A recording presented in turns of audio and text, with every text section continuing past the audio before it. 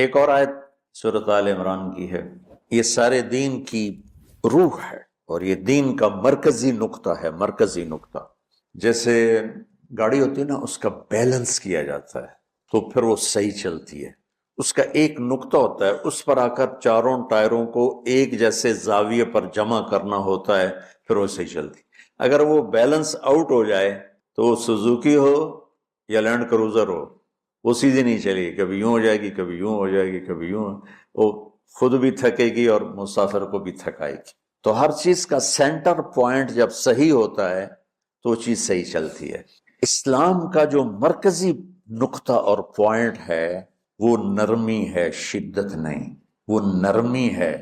وہ عبادات اور باقی ساری چیزیں اپنی اپنی جگہ پر، لیکن ان سب کو جوڑنے والی جو چیز ہے وہ نرمی ہے۔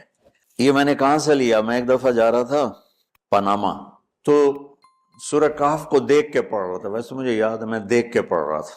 تو جب میں وَلْيَتَلَطَّفْ پر پہنچا تو حاشیے میں لکھا تھا نصف القرآن۔ تو میں ایسی تھوڑی دیر سوچ میں پڑا کہ یہ اللہ تو قادر ہے، یہاں کوئی لفظ لا سکتے تھے اللہ تعالیٰ، یہ کیوں لائے وَلْيَتَلَطَّفْ؟ حد سے زیادہ نرمی کا معاملہ کرنا۔ وہ جو روٹی لینے میں گیا ترکی میں، ترسوس ایک جگہ ہے جہاں اردن والے بھی دعویٰ کرتے ہیں کہ یہاں تھے اصحاب کہف، میں نے وہ بھی دیکھا ہے، اور ترکی والے بھی کہتے ہیں میں نے وہ بھی دیکھا ہے۔ تو ترکی والا قرآن کی تعبیر سے زیادہ جوڑ کھاتا ہے، اردن والا جوڑ نہیں کھاتا ہے۔ اس کا وَلْيَتَلَطَّفْ، اے بھائی کوئی بھاؤتاؤ کے چکر میں نہ پڑنا، بڑی نرمی سے پیار محبت سے بس روٹی لے کے آجا، بھوک لگی۔ اور صیغہ مبالغے کا ہے، تلطف، تفاعل، مبالغہ اور تکلف۔ تو تمہارے اندر اگر سختی ہے پھر بھی تم با تکلف نرمی کرو، تمہارے اندر شدت ہے پھر بھی اپنے اوپر نرمی طاری کرو۔ تو یہاں سے مجھے یہ بات سمجھ میں آئی کہ پوری شریعت کا سینٹر پوائنٹ قرآن ہے، اور قرآن کا سینٹر پوائنٹ نرمی ہے، وَلْيَتَلَطَّفْ۔ اب ہمارے ڈانٹ ڈپٹ کو بزرگی سمجھا جاتا، ڈانٹ ڈپٹ کو تربیت سمجھا جاتا۔ استاد شاگرد کو ڈانٹ رہے ہیں، پیر مریدوں کو ڈانٹ رہے ہیں، امیر مامور کو ڈانٹ رہے ہیں، والدین اولاد کو ڈانٹ رہے ہیں، اور میرا اللہ کہہ رہا ہے نرمی۔ اب آیت سنو، یہ بات سمجھ میں آئے گی؟ اب آیت سنو، اللہ تعالیٰ فرما رہا ہے اپنے محبوب سے، فَبِمَا رَحْمَةٍ مِّنَ اللَّهِ لِنْتَ لَهُمْ وَلَوْ كُنْتَ فَظًّا غَلِيظَ الْقَلْبِ لَانفَضُّوا مِنْ حَوْلِكَ فَاعْفُ عَنْهُمْ وَاسْتَغْفِرْ لَهُمْ وَشَاوِرْهُمْ فِي الْأَمْرِ فَإِذَا عَزَمْتَ فَتَوَكَّلْ عَلَى اللَّهِ إِنَّ اللَّهَ يُحِبُّ الْمُتَوَكِّلِينَ۔ سبحان لِنْتَ لَهُمْ بِرَحْمَةِ اللَّهِ، یوں ہونا چاہیے، جو نحو کا قاعدہ ہے، فعل پہلے ہوتا ہے، اس کے متعلقات بعد میں ہوتے ہیں۔ تو لِنْتَ لَهُمْ بِرَحْمَةِ اللَّهِ، آپ اللہ کی رحمت سے نرم ہو کے اپنے امت کے لیے۔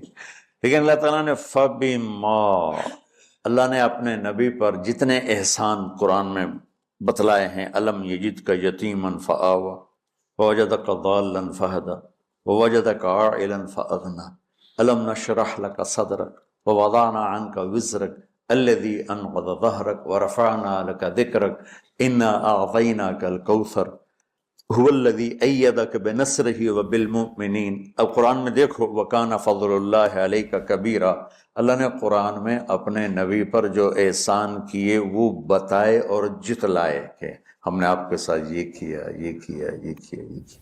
یہ احسان جیسے اللہ نے بتایا ہے نا اپنے نبی کو، یہ احسان نرمی والا جس طریقے سے بتایا، اس طریقے سے کسی احسان کو ذکر نہیں کی۔ فَبِمَا، میرے ہاتھوں کو دیکھو، ہم جب کہتے ہیں بہت بڑا، اس سے آگے تو ہمارے ہاتھ نہیں جاتے نا۔ میرا ایک بھتیجا تھا تو دیر سے بولا، جب وہ گاڑی پہ ہوتا تو ہم کہتے کس چیز پر آئے ہو، تو وہ یوں یوں کرتا، اور جب وہ بس پہ آتا تو کہتا ایسے ایسے کرتا، ایسے ایسے، کہ بھئی بس بڑی ہوتی ہے نا تو اس کا یوں اشارہ کرتا، اور گاڑی چھوٹی تو اس کا یوں اشارہ کرتا۔ تو فَبِمَا، یہ جو فَبِمَا رحمہ ہے نا، یہ زمین آسمان سے بھی باہر نکل گیا ہے، اور مشرق و مغرب سے پار ہو گیا، شمال جنوب سے پار ہو گیا، فوق تحت سے پار ہو گیا ہے۔ اللہ تعالیٰ فرما رہے ہیں میرے محبوب، میری اتنی بڑی رحمت آپ پر آئی جس کو آپ کے رب کے سوا کوئی نہیں جانتا. اور پھر آپ نرم ہو گئے، نرم ہو گئے. ان اللہ لا یعطی علی الرفق ما لا یعطی علی العنف. اللہ جو نرمی پہ دیتا ہے وہ سختی پہ نہیں دیتا. لو کان الرفق خلقا لما رأى الناس خلقا احسن منہ. نرمی کی کوئی شکل ہوتی تو اس سے حسین کائنات میں کوئی شکل نہ ہوتی. جنت کی حور سے بھی اعلیٰ شکل ہوتی. وَلَوْ كَانَ الْعُنْفُ خَلْقًا لَمَا رَأَى النَّاسُ خَلْقًا أَبْغَضَ مِنْهُ. اور اگر بد اخلاقی کی، سخت مزاجی کی کوئی شکل ہوتی تو شیطان سے بھی زیادہ خوفناک ہوتی. امام اسمعی رحمۃ اللہ علیہ بڑے علامہ گزرے ہیں اور قرآن کی بڑی خدمت کی ہے لغت کے لحاظ سے. تھے انتہائی بدصورت، کوڑا سیاہ اور حبشی ٹائپ. کہنے لگے زندگی میں کبھی دھوکہ نہیں کھایا سوائے ایک دفعہ ایک لڑکی نے مجھے ایسا بیوقوف بنایا کہ میرے 14 طبق روشن کر دیے.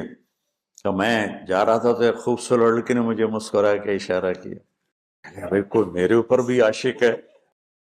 تو میں اس کے پیچھے چل پڑا، وہ آگے آگے میں پیچھے، وہ آگے آگے میں پیچھے. بازاروں میں چلتے چلتے ایک مصور کی دکان پہ پہنچے تو اس نے مصور سے یوں اشارہ کیا اور آگے چلی گئی. وہ آگے چلی گئی تو میں حیران ہو گیا. بھی میں نے کہا بھائی یہ کیا چکر ہے؟ کہا جی یہ بچی کل میرے پاس آئی تھی کہ مجھے شیطان کی فوٹو بنا کے دو. تو میں نے اس سے کہا بیٹی میں نے تو شیطان دیکھا نہیں، تو مجھے دکھا تو میں اس کا فوٹو بناؤں. تو آج تمہیں لے کر کہہ رہی تھی یہ ہوتا ہے، ایسا ہوتا ہے. تو اگر سختی کی کوئی شکل ہوتی نا تو شیطان سے بھی بدصورت ہوتی. ہماری زندگیوں میں جو آئی ہیں نا رکاوٹیں، اس کا کوئی بڑا سبب نہیں ہے. یہ اسباب ہیں چھوٹے چھوٹے مل کے بڑے ہو. زبان کی شدت، بول کی شدت، نظر کی شدت، تانے تشنی، مار پٹائی، اس نے ہمارے رشتوں کو تار تار کر دیا. اور میں قربان جو میرا اللہ تعالیٰ کہہ رہا ہے لو کنت فظا غلیظ القلب. اگر آپ کی زبان میں شدت ہوتی، آپ کے مزاج میں شدت ہوتی، لانفضوا من حولک. انفضوا کا مطلب بتایا تھا نا کل پرسوں، بھگدڑ مچ جانا، پیچھے مڑ کے نہ دیکھنا.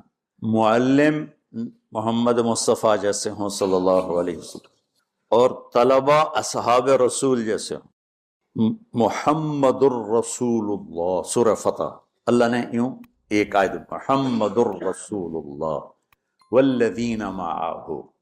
یہاں محمد اللہ کے رسول ہیں، یہ دعویٰ ہے کہ یہ میرے رسول ہیں. تو پوچھنے والا پوچھتا ہے کہ اس کی دلیل کیا ہے؟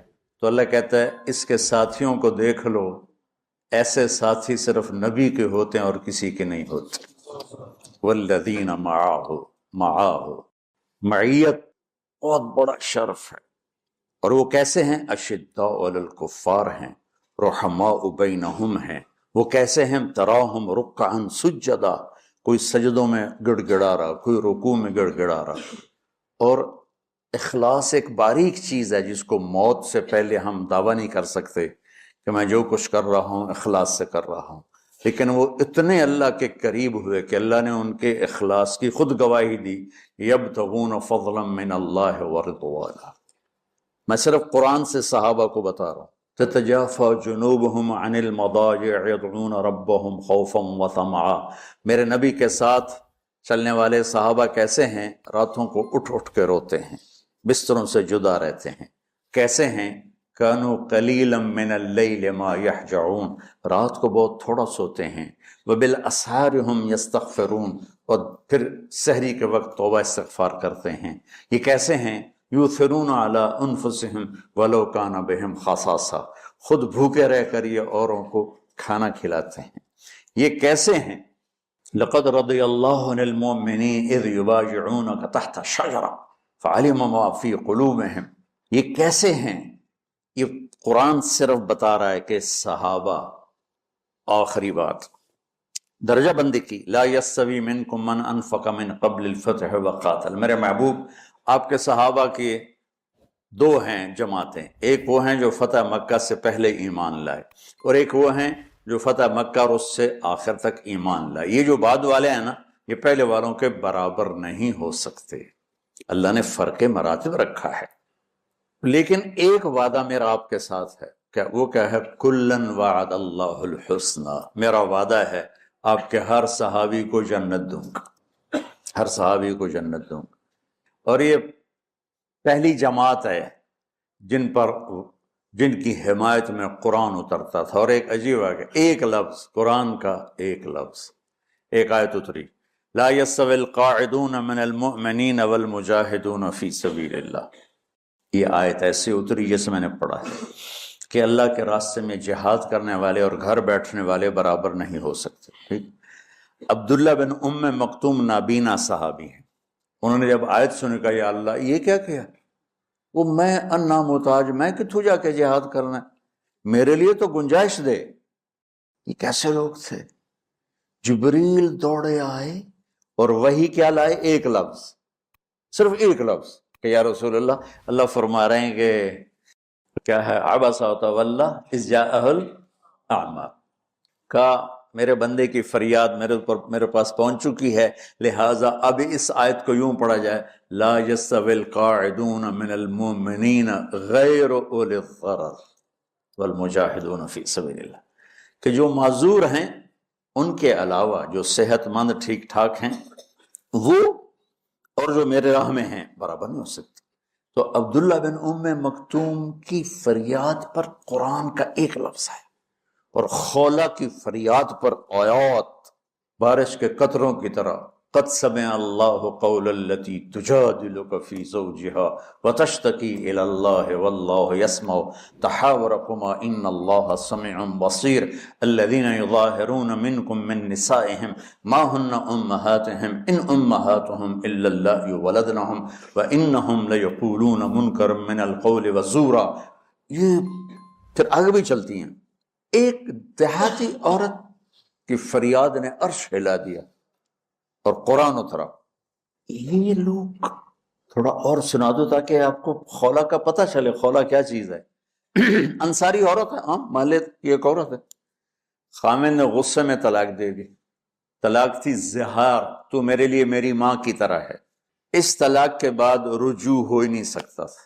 3 طلاق میں تو رجوع ہو جاتا نا، کہ کسی اور جگہ شادی ہو جائے، وہاں سے طلاق ہو جائے، واپسی ہو، لیکن اس میں رجوع ایسا ہی ہے شیخ، ایسا ہی ہے نا، اس میں دوبارہ اگر اس کی شادی ہو جائے اور پھر وہاں سے وہ فارغ ہو کر اس سے شادی نہیں ہو سکتی، یہ اس زمانے کا رواج تھا۔ اب یہ ان کی عمر گزر گئی تھی، جو بھاگی بھاگی اللہ کے نبی کے پاس ہے، یا رسول اللہ میرے خامن اوس بن مالک نے زہار کر دیا، اوس بن صامت نے مجھ سے زہار کر دیا، تو کیا فتویٰ ہے؟ آپ نے کہا حرمتی علیہ ہے، بیٹی تو حرام ہو گئی۔ بولیں گے یا رسول اللہ اکل مالی وافنا شبابی، جوانی میری ڈھل گئی، مال میرا کھا گیا وہ، تو میں کہاں جا کے بیٹھوں، ماں باپ میرے نہیں ہیں۔ آپ نے کہا حرمتی علیہ، تو اس پہ حرام ہو گیا۔ پھر اس نے کہا یا رسول اللہ میرا کیا بنے گا؟ تو آپ چپ ہو گئے؟ تو جب وہ مانتی نہیں تو کیا کرو، آپ چپ ہو گئے۔ حضرت عائشہ رضی اللہ تعالیٰ آپ کو کنگھی کر رہی تھی، جب اس نے دیکھا اللہ کے نبی نے جواب دینا چھوڑ دیا ہے کہ چلے ٹھیک ہے میں اپنے رب سے بات کرتی ہوں، اس نے وہیں بیٹھے بیٹھے ہاتھ اٹھایا، اے اللہ ان لی منہ صبیۃ صغار، اے میرے رب میرے چھوٹے چھوٹے بچے، ان ضممتہم الی فجعوا وان ضممتم الیہ فضاعوا، میرے رب میرے چھوٹے چھوٹے بچے، عمر میری ڈھل گئی، میری دوسری شادی نہیں ہو سکتی، ان بچوں کو میں اپنے پاس رکھوں تو ان کو روٹی کہاں سے کھلاؤں، یہ بھوکے مریں گے، خامند کے پاس چھوڑ کے چلے جاؤں تو وہ بھی کمزور ہو چکا ہے، یہ ان کی تربیت کون کرے گا، یہ تو برباد ہو جائیں گے۔ اب اس کی دعا سنو، یا اللہ اپنے نبی کی زبان پر میرے حق میں فیصلہ دے۔ یہ نہیں کہا کہ تو اپنی شریعت کا فیصلہ سنا، کہ اللہ میرے حق میں دینا ہے فیصلہ، اور اللہ تعالیٰ کا قرآن آ گیا، ہاں خولا ہم نے اپنے رحمت کے طفیل تیرے حق میں فیصلہ دے دیا۔ اتنے بڑے مقام کے لوگ، لفظ کیا آ رہا ہے، لن فضوا من حولی، یہ آپ کو چھوڑ کے بھاگ جاتے۔ سختی اتنی بڑی بلا ہے کہ اتنے دھرتی نے کسی نبی کے ایسے ساتھی نہ دیکھے نہ دیکھے گی، اور ایسے عظیم انسان دنیا میں نہ آئے نہ آئیں گے انبیاء کے بعد۔ عظیم ترین انسانوں کا ٹولہ، لیکن وہ بشر تھے، ان سے خطائیں ہوئیں، ان سے گناہ ہوئے، پر اللہ نے کہا جاؤ ہم نے معاف کر دیا، کلا وعد اللہ الحسنی، جاؤ سب کے لیے جنت ہے۔ تو میرا اللہ کہہ رہا ہے میرے محبوب، اور اب تھوڑے سے احادیث سے سن لو۔ آپ نے کہا ابو بکر جنتی، عمر جنتی، عثمان جنتی، علی جنتی، طلحہ جنتی، زبیر جنتی، سعد بن ابی وقاص جنتی، عبد الرحمن بن عوف جنتی، ابو عبیدہ بن جراح جنتی، سعید بن زید جنتی۔ ایسا بلال جب جنت میں جاتا ہوں تیرے پاؤں کی آہٹ اپنے آگے آگے سنتا ہوں۔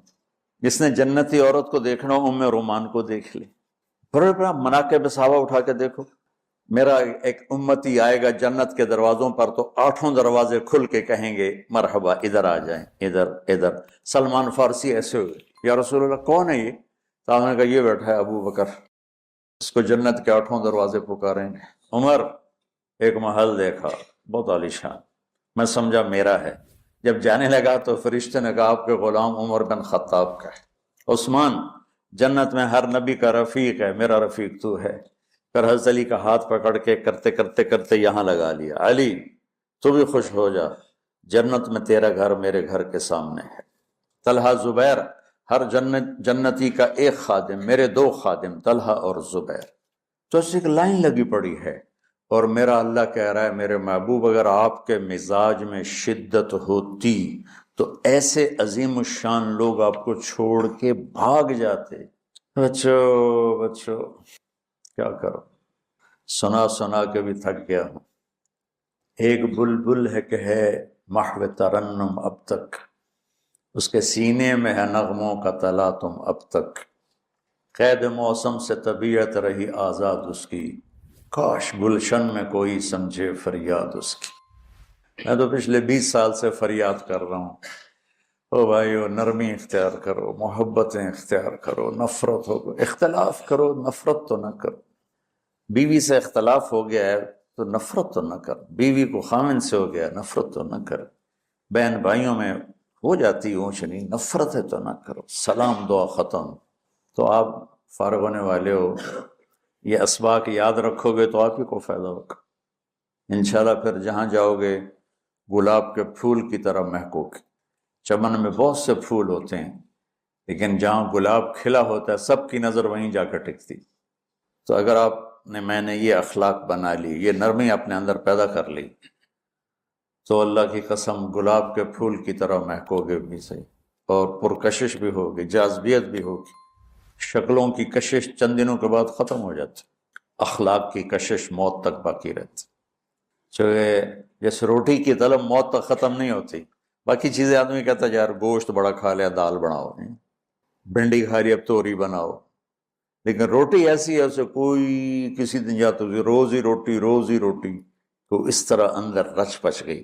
ایسے اچھے اخلاق روٹی کی طرح جن کی طلب کبھی ختم نہیں ہوتی۔ تو ہمارے علمی حلقے ہوں، دیندار حلقے ہوں، ان سب میں شدت پائی جاتی، ہر درجے کی شدت۔ تم بیچ میں ایک موم بن کے جاؤ، لوہا بن کے نہ جاؤ، موم بن کے جاؤ، اور سارے رشتوں کی تلخیوں کو اپنے پی جا، ایام کی تلخی کو بھی ہنس کے ناصر، غم کے سہنے میں بھی قدرت نے مزہ رکھا ہے۔ تلخیوں کو پینا سیکھو، زبان کو بند کرنا سیکھو، اور پھر مسکرانا سیکھو، اور نرمی کا سلوک سیکھو جو میرے نبی کی سب سے عالی شان صفت فَبِمَا رَحْمَةٍ مِّنَ اللَّهِ۔ یہ واقعہ پتہ کب کا ہے؟ جب احد کی لڑائی میں شکست ہو گئی نا، تو کافی سارے صحابہ میدان چھوڑ کے دوڑ گئے۔ تو جب ابو سفیان کا لشکر واپس چلا گیا تو وہ واپس آئے، اور سب ڈرے ہوئے تھے کہ اب ہمیں بڑی ڈانٹ پڑے گی، ہمیں بڑی ڈانٹ پڑے گی۔ شہاب الدین غوری نے تراوڑی کی پہلی جنگ لڑی تھی پرتھوی راج کے خلاف۔ ہم جو چوہان راجپوت ہیں ہم اس کی نسل سے ہیں، پرتھوی راج، تو وہ شکست ہو گئی۔ تو جن افغانی سرداروں نے دوڑ لگا دی تھی نا، اس نے سارا سال ان کے منہ کے اوپر نہ توبڑے چڑھا دیے تھے، بوجھا نہیں ہوتا، بوجھا سی کے ان کے منہ پہ چڑھا دیا تھا، پورا سال ان کے منہ پہ وہ بوجھے لگے رہے کہ یہ وہ ہیں جو بھاگ گئے تھے۔ بادشاہ تو یوں کرتے ہیں۔ میرے نبی کے صحابہ جب سہمے آئے کہ بس دیکھو اب کیا بنتا ہے، تو آپ نے مسکرا کے ان کا استقبال کیا، آؤ بھائی آؤ بھائی آؤ بھائی۔ اس پر میرے اللہ نے یہ کہا واہ میرے محبوب، یہ آپ کے رب کا آپ پہ احسان ہے کہ آپ نرم ہو گئے، ورنہ ایسے موقعوں پہ تو ڈانٹ ٹپٹ ہوتے، سوڑوا دیا جاتا۔ استنبول کا قلعہ فتح نہیں ہو رہا تھا، سلطان محمد فاتح 21 برس کی عمر، تو اس نے سپہ سالار کو بھرے مجمع میں کوڑوں سے اس کی پٹائی شروع کر دی اور اس کو ہٹا کے دوسرے کو لگا دی۔ اور میرے نبی کہہ رہے ہیں آؤ بھائی آؤ بھائی، اوپر اللہ کی محبت دیکھو، اللہ تعالیٰ کہہ رہا ہے میرے نبی معاف کر دیں، پہلے ہی آپ نے معاف کر دیا، پر میں بھی سفارش کرتا ہوں آپ ان کو معاف کر دیں۔ اور آگے کہتے ہیں وَاسْتَغْفِرْ لَهُمْ، اور آپ مجھے بھی کہیں کہ میں بھی معاف کر دوں۔ کیا لوگ تھے، کیا لوگ تھے کہ جن کے بارے میں اللہ کہہ رہا ہو مجھے کہو میں ان کو معاف کر دوں۔ ایسے عظیم لوگ بھی شدت برداشت نہ کر پاتے۔ بھائیو میری فریاد سمجھو اللہ کے واسطے، نرمی اختیار کرو، نرمی اختیار کرو، نرمی اختیار کرو۔ سختی کے بغیر جی کام نہیں چلتا ہے، ارے یہ بکواس ہے، تمہارے نفس کی شرارت ہے۔ میرے نبی فرما رہے ہیں نرمی پہ جو اللہ کرتا ہے وہ سختی پہ نہیں کرتا۔ ٹھیک ہے، سر ساتھ نہیں دے رہا درد کی وجہ سے، اسی میں ہی برکت سمجھ لو۔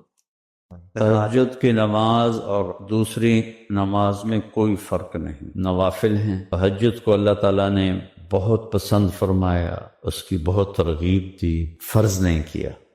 تو ہمارے نبی کی جو مستقل عادت تھی، آپ 11 رکعت پڑھتے تھے، 8 نفل جی اور 3 وتر۔